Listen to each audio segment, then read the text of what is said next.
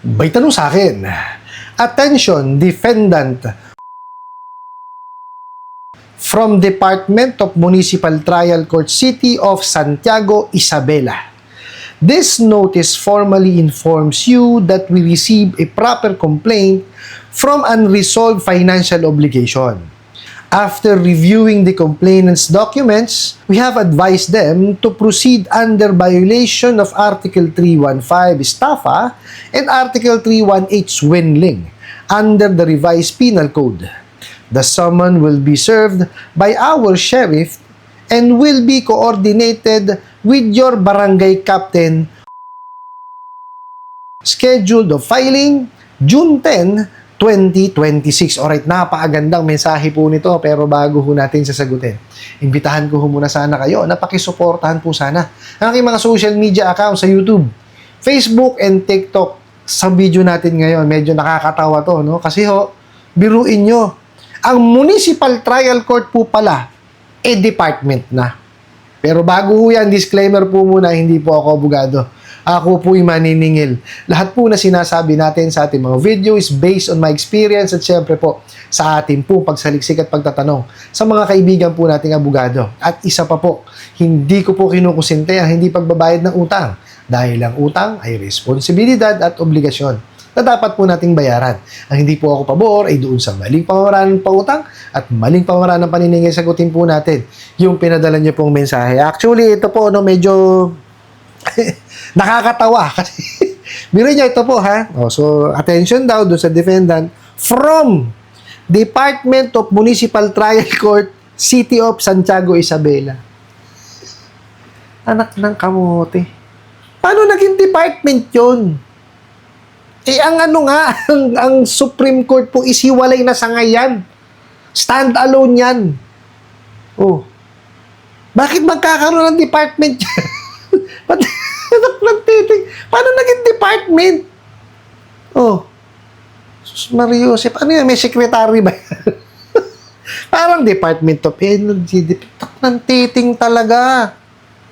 May maipanakot lang. Tapos, oh, ang sabi pa ho dito, ha, na-notice daw nila, no, na formally na nagkaroon ng unresolved, no, proper complaint doon sa financial obligation.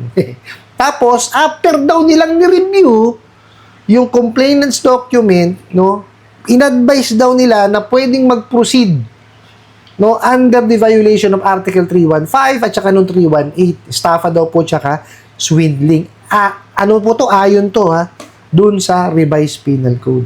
Ulitin mo natin mamaya, sagutin natin. Tapos yung sumundaw po, isa-serve ng kanilang sheriff with the coordination daw po, no, ng inyong kapitan. Okay. Unang-una po, ha, ang Municipal Trial Court po, no, is under po yan ng Supreme Court. Okay? Hindi ho yan department. Okay? Para lamang po malinaw, ha. Baka akala kasi nito mga bugo katabusado online lending apps na to, parang yan Department of Energy, Department of Labor, na may mga sekretary, hindi po. Okay po, Chief Justice po ang namumuno sa Supreme Court. Okay? Mario Joseph tong mga to. Tapos sa Municipal Trial Court, may judge po dyan. O, ay, pinagsasasabi yung department. Nang teting may papanakot lang kayo. Ito pa. Paano nyo nasabi na kaya nyong magsampa ng kasong estafa, ha? At saka sinasabi nyo swindling. Sige nga, hindi pa lamang po nababayaran yung utang. Oh.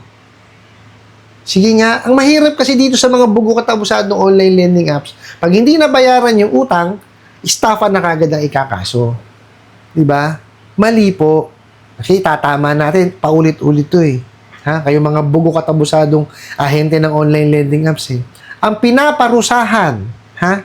Doon sa Article 315 na sinasabi nyo, na or di kaya yung estafa, is yung act ng panloloko at panlilinlang.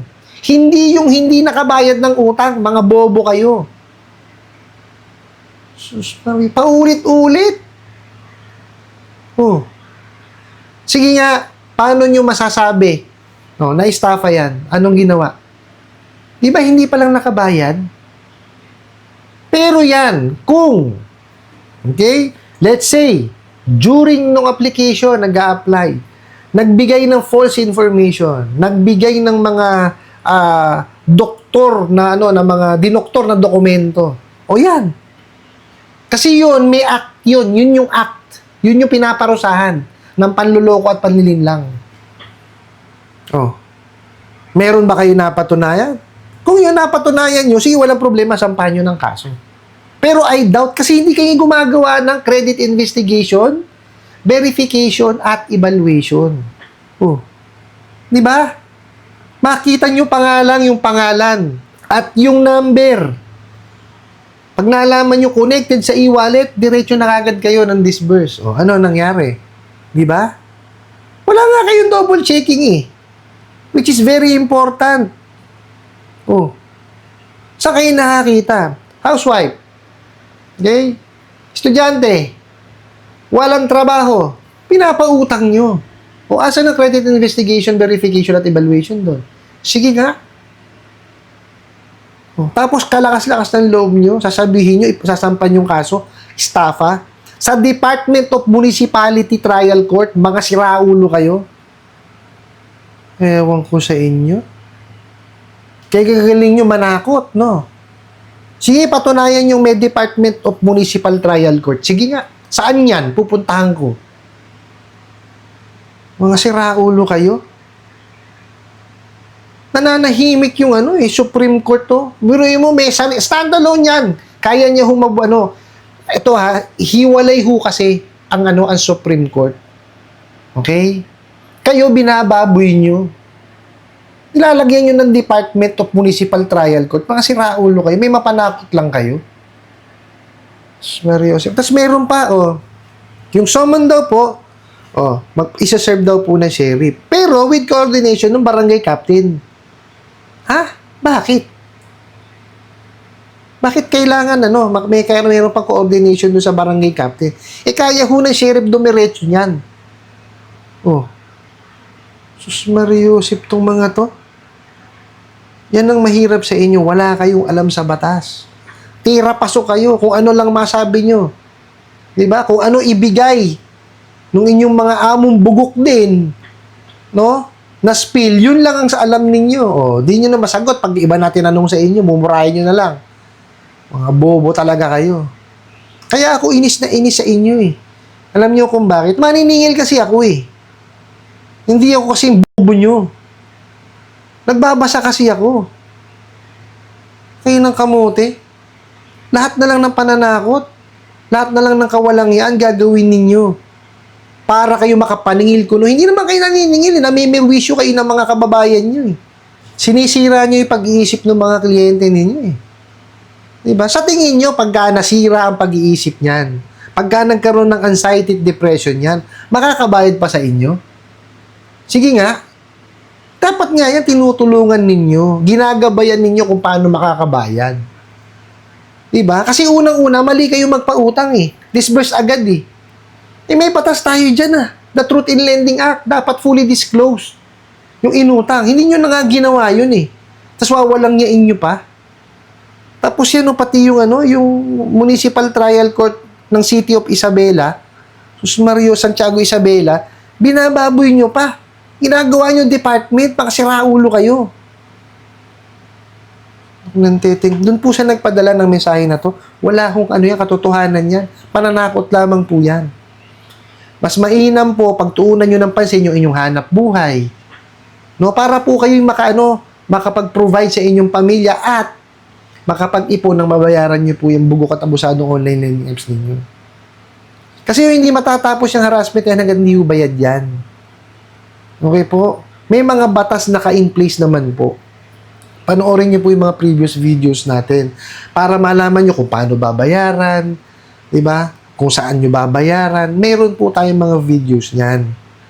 Huwag ho tayong masyadong magpadala sa mga pananakot at pangwawalang yan itong mga bugok at abusadong online lending apps na to. Ang gusto nila kasi is maapektuhan po yung ating isipan. Para gumawa tayo ng mga bagay na hindi dapat nating ginagawa. Kagaya ng tapal system.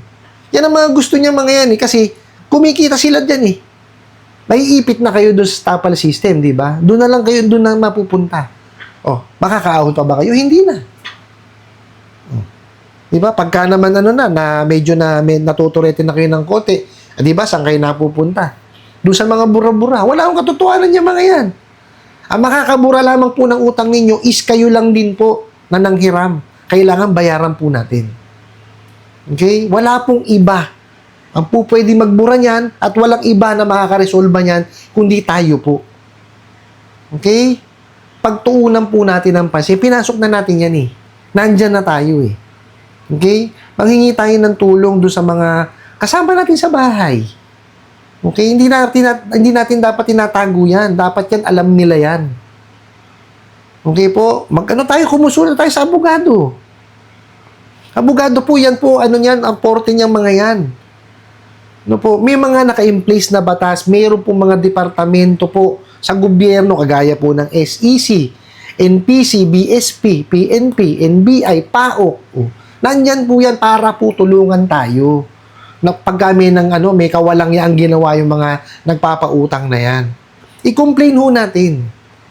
Okay, hindi po pwede na winalang niya tayo, lang natin, sasantabi lang. Hindi po. Paano po mapaparusahan yung mga bugok na yan? Paano yan? Mauubos yan. Hindi po ba? Huwag niyo hong paniwalaan to kasi ang tinatarget nito is yung ating isipan. Ano po? I hope nasagot ko po itong katanungan na to at sana po'y makatulong. Maraming salamat po sa inyong walang sawang pagsuporta at panonood sa aking mga video. Maraming salamat po sa inyong pag-like, pag-share, pag-comment at pagtatanong. And kunin ko na rin po itong opportunity na imbitahan po sana kayo na pakisuportahan po sana aking mga social media account sa YouTube, Facebook, and TikTok. Hanggang sa muli po. Yun lang.